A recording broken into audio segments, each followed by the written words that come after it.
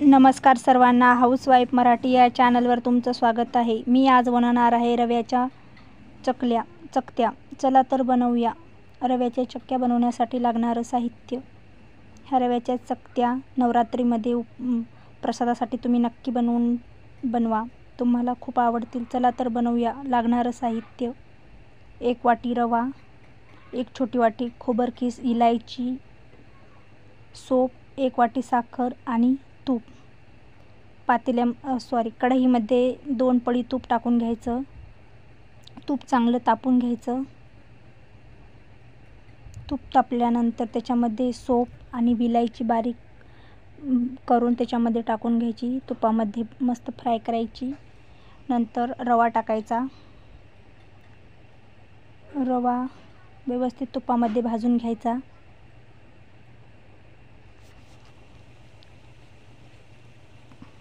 व्यवस्थित मिसळून घ्यायचा रवा.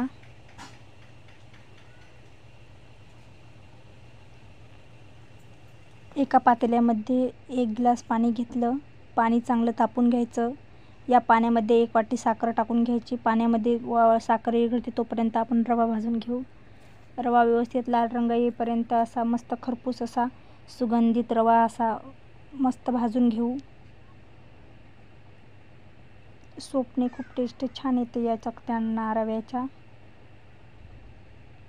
तुम्ही नवरात्रीमध्ये कोणत्या पण सणाला हा रव्याच्या चकत्या बनवू शकता. त्याच्यामध्ये थोडंसं खोबरकीस टाकून घेतलं मी रव्यामध्ये. खोबरकीस व्यवस्थित भाजून घ्यायचं. नंतर आपण पाणी तापायला ठेवलं होतं. ते पाणी तापल्यानंतर या रव्यामध्ये थोडं पाणी टाकून व्यवस्थित मिसळून घ्यायचा रवा. हा गरम पाणी टाकायचं मस्त साखरेचं. व्यवस्थित मिसळून घ्यायचं. याला असं कढईमध्ये चम्मच फिरवून घेत राहायचा, नाहीतर याच्या गिठी होतात. 2 मिनटं याला असंच परतून घ्यायचं. याच्यामध्ये काजू, बदाम, पिस्ता पण टाकू शकता तुम्ही. व्यवस्थित मिसळून घ्यायचा हा शिरा. नंतर एका ताटामध्ये तूप लावून घ्यायचं ताटाला मस्त. याच्यामध्ये हा रवा टाकून व्यवस्थित थोपटून घ्यायचा. हाताने व्यवस्थित थोपटून घ्यायचं त्याला.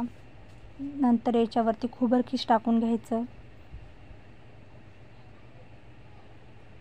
वरतून खोबरकीस टाकून घ्यायचं.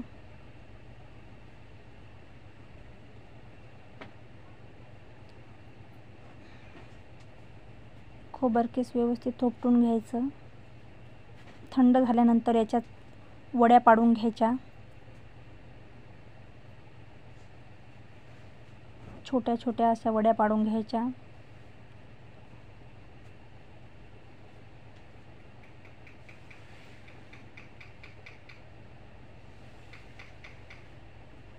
बघा किती छान अशा वड्या पडल्यात. तुम्हाला ही रेसिपी आवडली असेल तर लाईक